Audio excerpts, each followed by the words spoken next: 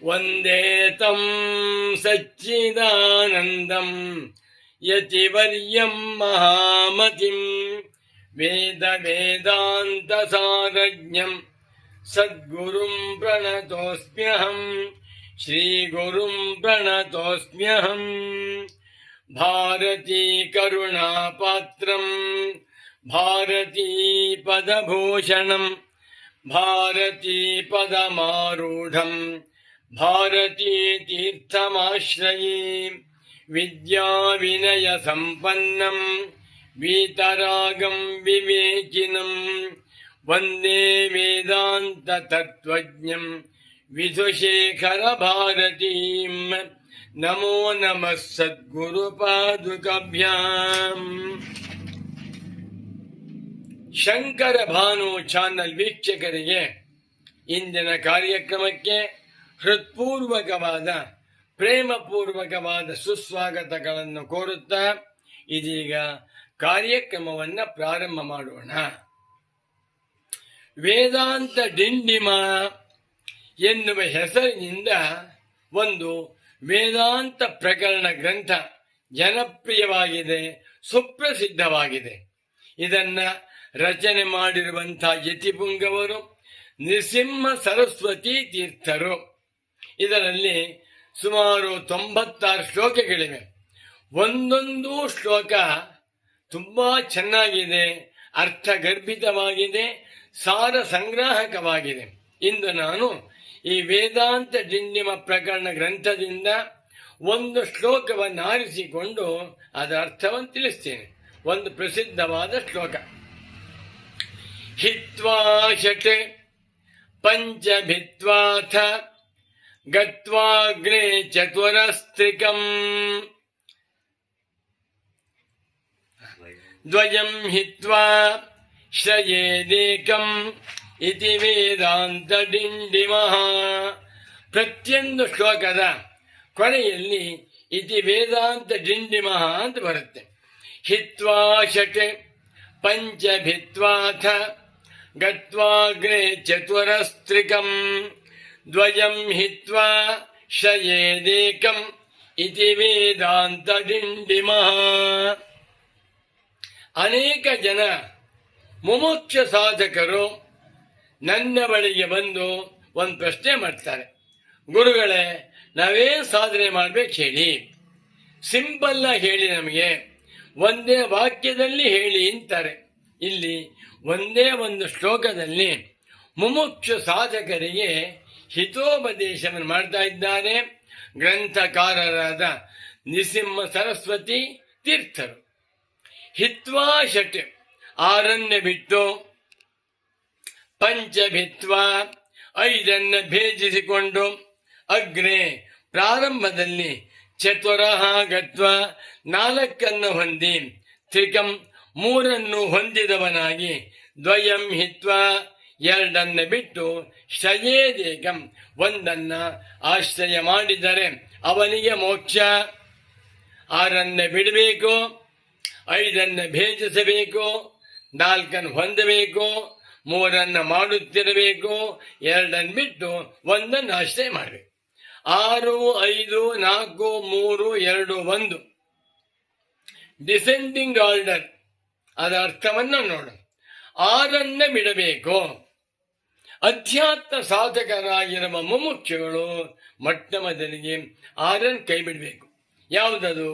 ಕಾಮ, ಕ್ರೋಧ, ಲೋಭ, ಮೋಹ, ಮದ, ಮಾತ್ಸರ್ಯ ಎನ್ನುವ ಅರಿಷಡ್ವರ್ಗಗಳನ್ನ, ದುಷ್ಟ ಶತ್ರುಗಳನ್ನ, ಅಂತಃಶತ್ರುಗಳನ್ನ ಸಂಪೂರ್ಣವಾಗಿ ಬಿಟ್ಬಿಡು. ಇವತ್ತೇ ಸಂಕಲ್ಪ ಮಾಡ್ಕೊ, ನಾನೊಬ್ಬ ಅಧ್ಯಾತ್ಮ ಸಾಧಕ, ನಾನೊಬ್ಬ ಮುಮುಕ್ಷು ಸಾಧಕ, ನನಗೆ ಬೇಕಾದದ್ದು ಮೋಕ್ಷ. ನನ್ನ ಮನಸ್ಸು ಶುದ್ಧವಾಗಿರಬೇಕು, ಶಾಂತವಾಗಿರಬೇಕು. ಆದ್ದರಿಂದ ನಾನು ಕಾಮ, ಕ್ರೋಧ, ಲೋಭ, ಮೋಹ, ಮದ, ಮಾತ್ಸರ್ಯ ಎನ್ನುವಂಥ 6 ಅರಿಗಳನ್ನ, ಶತ್ರುಗಳನ್ನ ಬಿಟ್ಬಿಡ್ತೇನೆ. 1. ಅನಂತರ ಪಂಚಭಿತ್ವ 5 ಭೇದಿಸಿಕೊಂಡು ಹೋಗು. 5 ಯಾವುದು?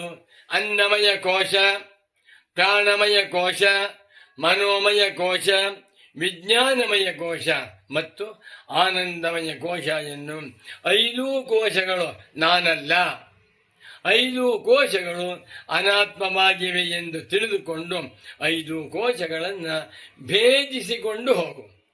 ಇದನ್ನು ಉಪನಿಷತ್ತು ಹೇಳ್ತಾ ಇದೆ.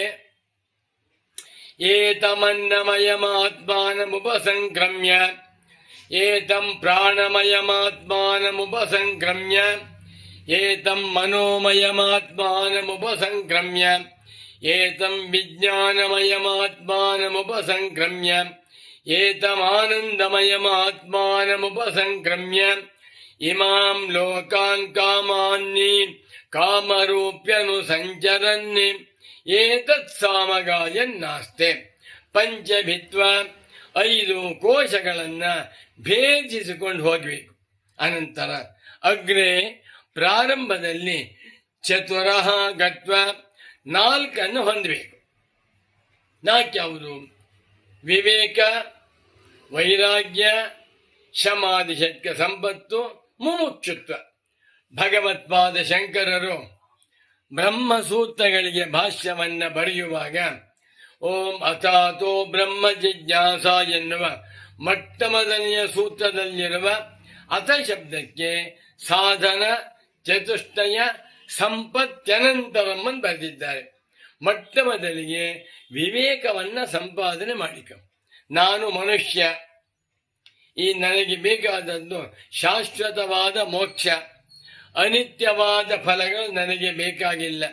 ಈ ಪ್ರಪಂಚದಲ್ಲಿರುವ ಎಲ್ಲ ಫಲಗಳು ಅನಿತ್ಯ, ಮೋಕ್ಷವೊಂದೇ ನಿತ್ಯ ಅಂತ ವಿವೇಕವನ್ನ ಮಾಡಿಕೊಂಡು ನನಗೆ ಮೋಕ್ಷವೇ ಬೇಕೇ ಹೊರತು ಅನಿತ್ಯವಾದ ಜೊಳ್ಳಾದ ಯಾವ ಫಲಗಳು ಬೇಕಾಗಿಲ್ಲ.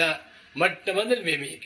ಅನಂತರ ವೈರಾಗ್ಯ, ಇಹಾಮುತ್ರಾರ್ಥ ಫಲಭೋಗ ವಿರಾಗ. ಈ ಲೋಕದ ಪರಲೋಕದ ಯಾವ ಭೋಗಗಳು ನನಗೆ ಬೇಕಾಗಿಲ್ಲ. ಯಾವುದೇ ಸಂಪತ್ತಿದ್ರೂ ಕೂಡ ಅದರಿಂದ ಸುಖವಿಲ್ಲ ಅಂತ ತಿಳ್ಕೊಂಡು ಬ್ರಹ್ಮಲೋಕಾಂತವಾಗಿರುವ ಫಲದಲ್ಲಿಯೂ ಕೂಡ ವೈರಾಗ್ಯವನ್ನು ಸಂಪಾದನೆ ಮಾಡ್ಕೋ. 2. ಅನಂತರ ಶಮದಮಾದಿಗಳು. ಶಾಂತೋದಾಂತಃ ಉಪರತ ಸ್ಥಿತಿಕ್ಷು ಶ್ರದ್ಧಾವಿತ್ತ ಸಮಾಹಿತೋ ಭೂತ್ವ ಆತ್ಮನ್ಯೇವಾತ್ಮಾನಂ ಪಶ್ಯೇತ್. 6 ಬಿಡಬೇಕು.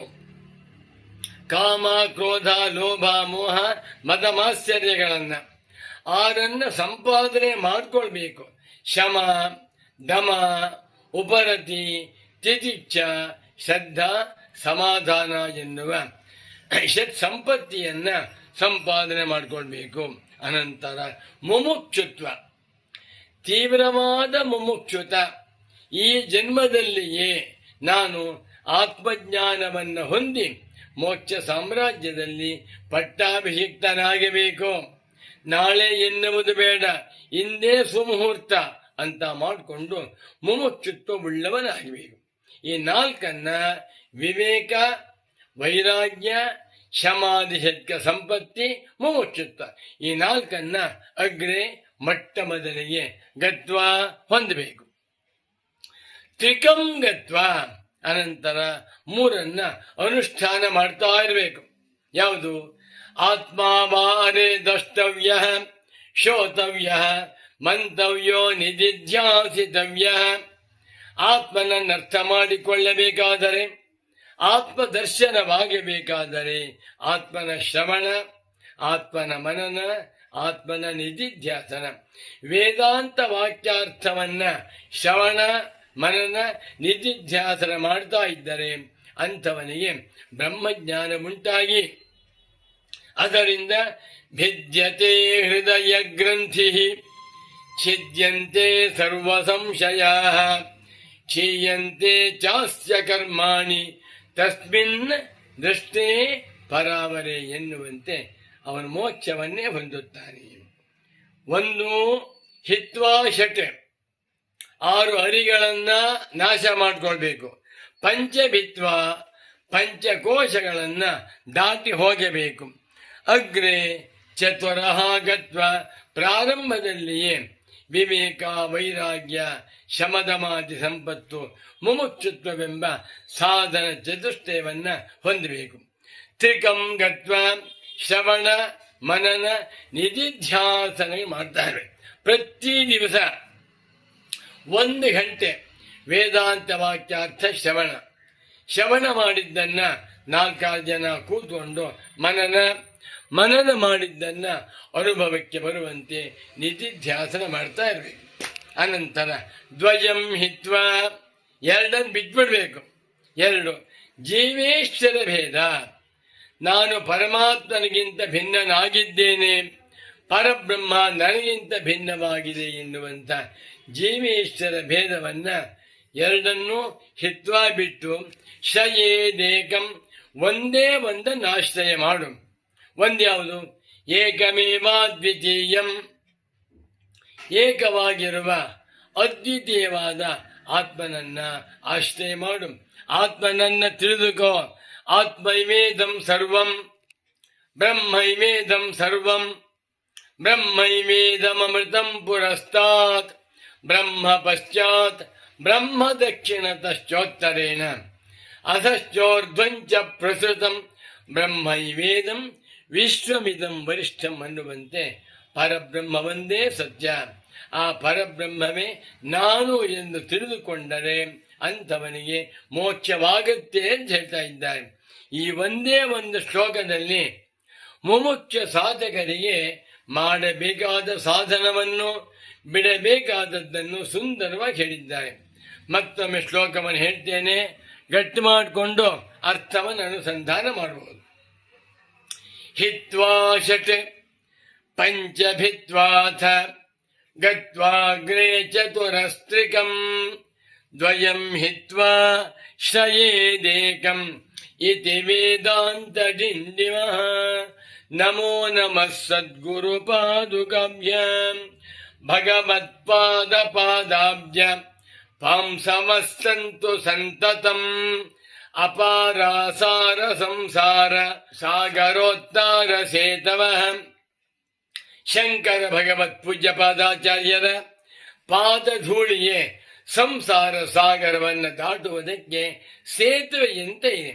ಅಂಥ ಭಗವತ್ಪಾದ ಶಂಕರಾಚಾರ್ಯರವರ ಪರಮ ಪವಿತ್ರವಾದ ಪಾದಧೂಳಿ ಯಾವಾಗಲೂ ಕೂಡ ನನ್ನ ತಲೆಯ ಮೇಲೆ ಇರಲಿ ಎಂದು ಪ್ರಾರ್ಥನೆ ಮಾಡುತ್ತಾ ಇಂದಿನ ಕಾರ್ಯಕ್ರಮವನ್ನು ಇಲ್ಲಿಗೆ ಸಂಪನ್ನಗೊಳಿಸುತ್ತಿದ್ದೇನೆ. ನಮೋ ನಮಃ ಸದ್ಗುರು ಪಾದುಕಾಭ್ಯಾಂ. ಓಂ ಶಾಂತಿ ಶಾಂತಿ ಶಾಂತಿ.